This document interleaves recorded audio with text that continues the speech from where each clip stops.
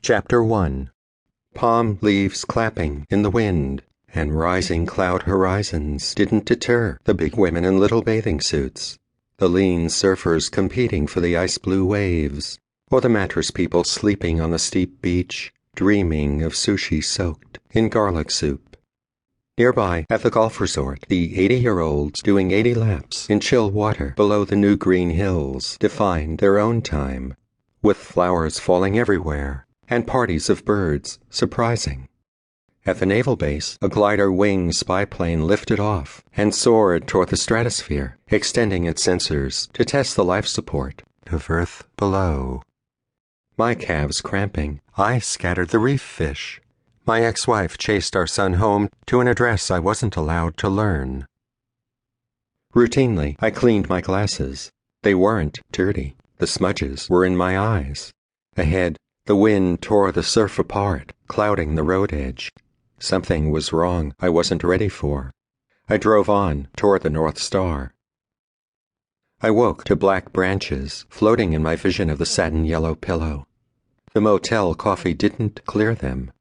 I could manage, though. I'd have to manage. The floaters seemed like a birthmark breaking up. Unable to, that's all. They might keep me company forever now. Still, I kept at my search to buy a cliffside cabin of my own. The next morning, though, my sight worsened again. My right eye saw clearly, but my left was increasingly impaired. A gray dot screen now blurred everything. I steered distractedly. Worse, the best sea views were newly fenced, taken. Saturday, I abandoned looking and raced 200 miles on 101 into San Francisco. Rain began. Lights flared. I zigzagged through the city, undecided, wanting an emergency room. I needed help I couldn't afford without serious looting. Still, whatever the cost, I had to arrest the problem before progressively it took both eyes. With every glance now, lightning in the side shadows flashed. No, I wasn't hallucinating. Short, sharp pulses of light cut into my sight without relenting. I stopped on Nob Hill. 3 nervous Russians paced the waiting room. "My name's Aaron Rhyder," I told the desk. "I'm afraid that my eye's bleeding inside or the retina's separating." "Nothing wrong with your balls, though, is there, Aaron?" the attendant asked with a wily smile. "No insurance, huh? And here you come to the most expensive hospital in town. But we'll treat you regardless." "Aaron Austin Rhyder, is it? Do I know you? Should I know you?" I shook my head, annoyed. "I hardly notice myself anymore," I answered. Still, a young intern took me in. "Can't see a thing," he said, shrugging. "Sit tight." An hour later, Dr. Alisa Grey, the ophthalmologist on call, appeared under an oversized white coat. Eagerly, she dilated my eye and looked inside. "Watch my ear," she said softly.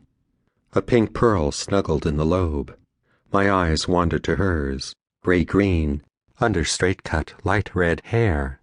"Problem 1, she said with a slight smile and a quick look of concern, "is the snowstorm of white corpuscles inside your eye, blinding us both. It's the usual response to disease or allergy.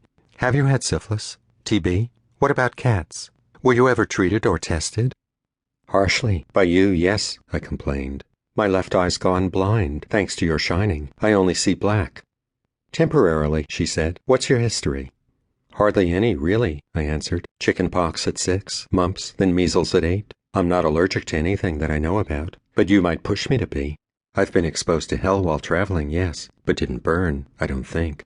Can't you learn from the white cells what the disease is?" "No," she answered. "They're dumb. They attack all insults equally. Yes, with an antibody sample I might, but I'd have to invade the globe of your eye. It's too soon," she added. Now, though, she sent me around in the rain to the lab for chest x-rays, and the specialty tests marked on a checklist, 4 in column A and 5 in column B. The nurse deftly filled 6 syringes with my blood. The x-ray tech forgot to load the plates and had to shoot me twice.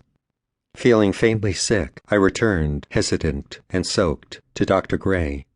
Again I described my last 4 days of negative progress. Again she put me under the slit lamp microscope and blinded me while she searched, questioned, taunted, probed. "You're a mystery, a good one," she said finally. "I'm rather glad to be involved.